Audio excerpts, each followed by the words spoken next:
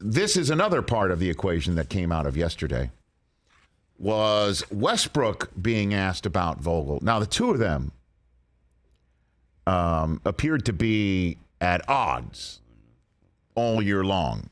And by that I mean Westbrook performed nothing like the guy that they hoped they could get.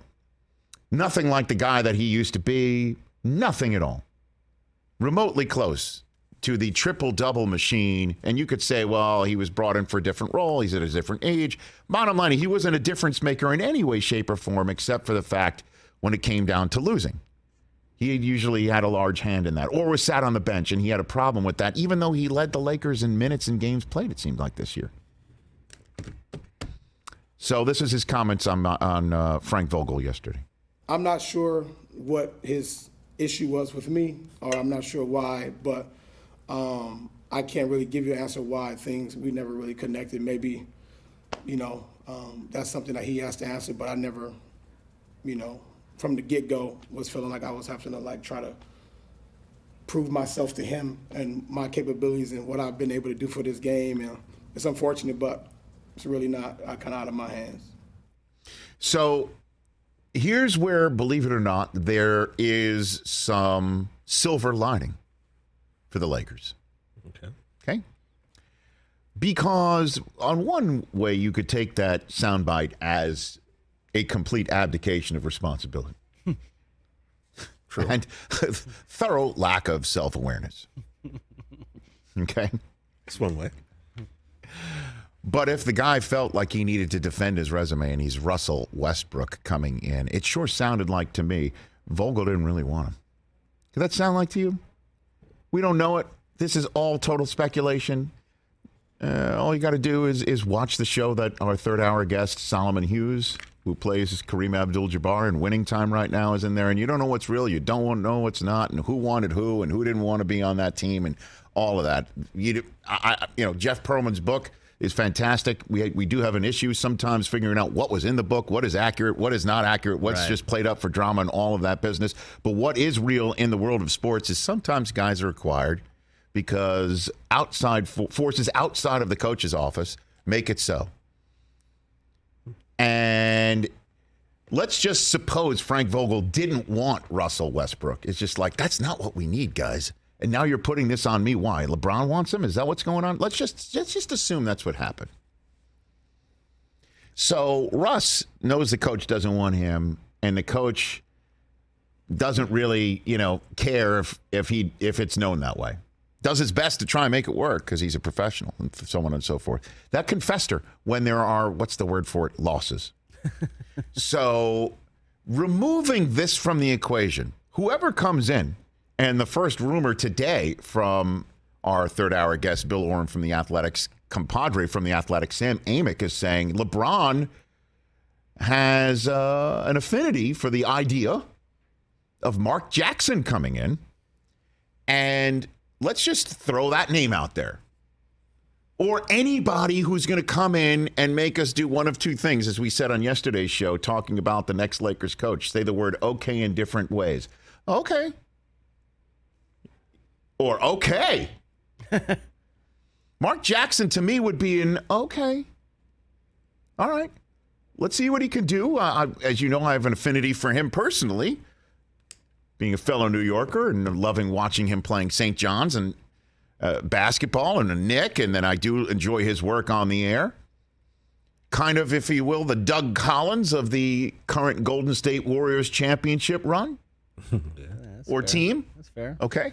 And won 98 games with him. 8, right? Before we were getting let go. Yeah. Before let go, and then Steve Kerr comes in and things go in a different direction. Or he can have somebody who can come in and be able to manage egos as well as look Russell Westbrook in the eye and go, I know what you can do.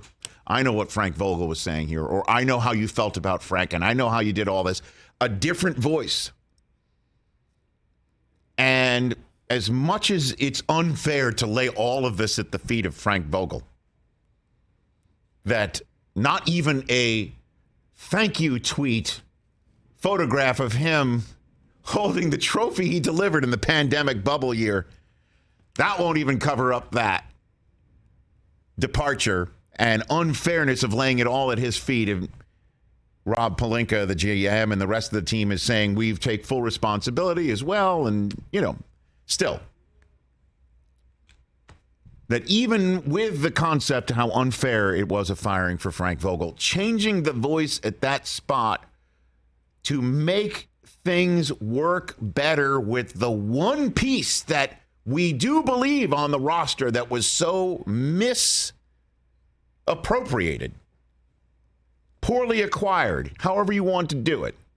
Not just because it didn't work on the court, but it totally hamstrings you on your cap and decisions that you can make to make the team better overnight. If you got to have Westbrook, in other words, bringing in another voice that makes him not feel like he has to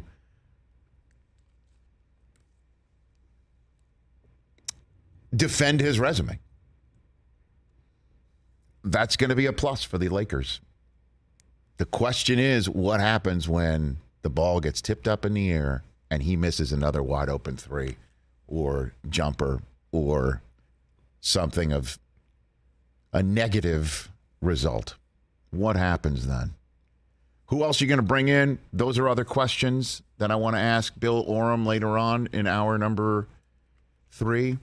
But just the change of voice alone, we've seen just a perfect example from the football world. Ben Roethlisberger. He comes in, he's dynamite. Remember that?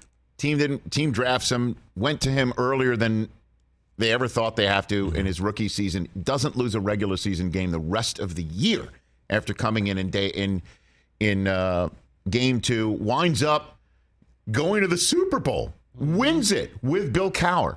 The entire time that happened, it's Ben, you're too young to just put the whole game on your shoulder. He was game manager, Ben Roethlisberger. Remember that? Manager. Oh, yeah. Hand the ball off. The Super Bowl MVP, Hines Ward. Guy who threw Hines a touchdown pass, Antoine Randall L. Yep. If you remember, Ben, he scored a touchdown even though his helmet didn't even break the plane of the goal. It was a brutal game for Roethlisberger, who didn't even show up on the NFL Network set afterwards. It was amazing. First 3 years of our existence, Brady, Ben. None of the quarterbacks came to our set after the game, and we were like, how are we on the pay no mind list? Eli was the first to make a visit a couple years later. But the reason I'm mentioning this is Roethlisberger was the young kid who was a game manager, and the coach was like, let the defense handle it. Let Jerome do his thing. Don't make the mistake, Ben. Okay? And I'm sure Ben at the time had a lot going on off the field as it was culminating in an eventual disastrous crossroads for his personal and professional career. But once Cowher left and Tomlin comes in, it's a totally different ball of wax. Ben was now a Super Bowl winning quarterback with a new coach and a new relationship. A new relationship. The guy who drafted him, raised him up from a pup, trying to break the cult in, that guy's gone. Totally different relationship with a new coach. Westbrook is a totally different part of his career than Ben. It's still the same point. One coach didn't want you, it seems. Couldn't figure it out. That's obvious. You're sitting there on the bench wondering, what do I got to do? Even though the simple answer to it is make a shot. New guy comes in. Don't you think if it's Mark Jackson, it's going to be like, hey, I know the position. I know what you got going on. I know what you need to do. I know how you're feeling. I get it. Let's sit down. Let's talk. Because I need you. I need you. I need you big time. Last coach was, why do I want you? New coach is, I need you. And that may be a difference maker just on itself for a guy that's going to be there. Because he's not going anywhere.